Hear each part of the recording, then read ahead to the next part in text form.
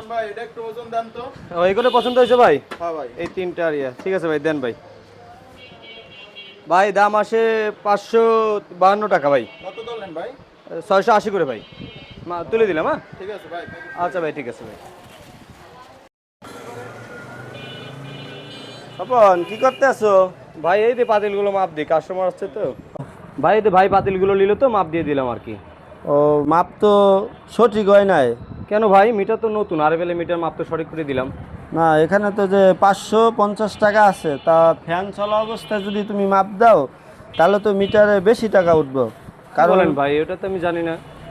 ফ্যানের স্পিডে মিটারে প্রেসার পড়ে, তখন তোমার টাকাটা বেশি দেখায়। এটা কি তুমি সত্যি? জি জি, তুমি একটু ফ্যানটা বন্ধ করে তারপরে আবার মিটারটা চালু দাও। আচ্ছা ভাই, তাহলে আছে 552 টাকা। আমি একটু বন্ধ করছো? জি ভাই, ফ্যান তো বন্ধ করলাম। এই যে এখন মিটারের দিকে তাকাও, দেখো কত টাকা জি আসছে। ভাই দেখছি, এখন তো আপনি 540 টাকা।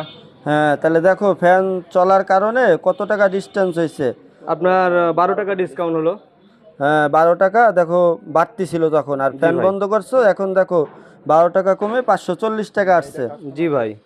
তাহলে এই যে দেখো, এটা কিন্তু কাস্টমারের এক রকমের ঠগানো হয়। ভাই এই বিষয়ে তো আমি জানতাম না আসলে।